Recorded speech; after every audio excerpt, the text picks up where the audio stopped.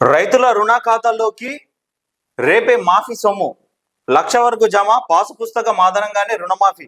కుటుంబ నిర్ధారణకి ration card లేకున్నా వర్తింపు. CM Revanth Reddy వెల్లడి. అయితే ఏదైతే ఈ రుణమాఫీ ఉన్నదో 2,00,000 వరకు రుణమాఫీ చేస్తామని చెప్పేసి కాంగ్రెస్ హామీ ఇచ్చిందో, సో దానికి అన్ని ప్రణాళికలు కానీ ఆ ఏర్పాట్లు కానీ సిద్ధమైపోయినాయి.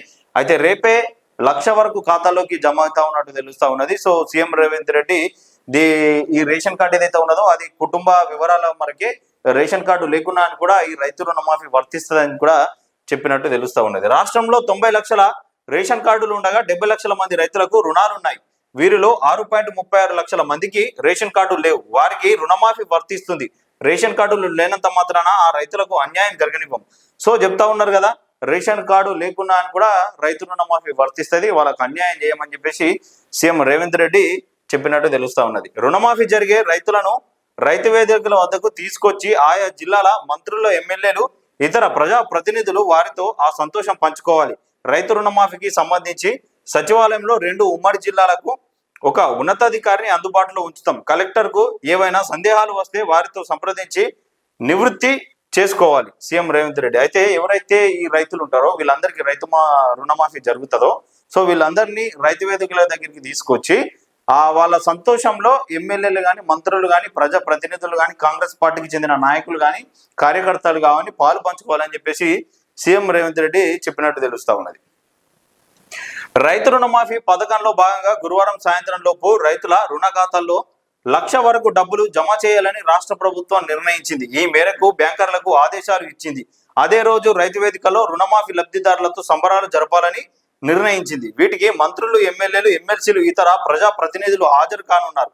రాష్ట్రంలో రైతులకు పట్టాదారు పాస్ పుస్తకం ఆధారంగానే 2,00,000 రైతు రుణమాఫీ చేస్తామని ముఖ్యమంత్రి రేవంత్ రెడ్డి స్పష్టత ఇచ్చారు. అయితే ఏం చెప్తా ఉన్నారు, ఈ రేషన్ కార్డు లేకున్నా అని కూడా పాస్ పుస్తకం ఆధారంగానే ఎవరైతే ఈ రైతులు రుణాలు తీసుకున్నారో రైతాంగం కోసం, పంట కోసం, సో వాళ్ళకు రేపు 1,00,000 వరకు జమ కానట్టు తెలుస్తా ఉండదు. అంటే ఈ 1,00,000 లోపు 1,00,000 వరకు తీసుకున్న రైతులు ఎవరైతే ఉంటారో వాళ్ళకు ఈ రుణమాఫీ వర్తించబోతా ఉన్నది రేపు.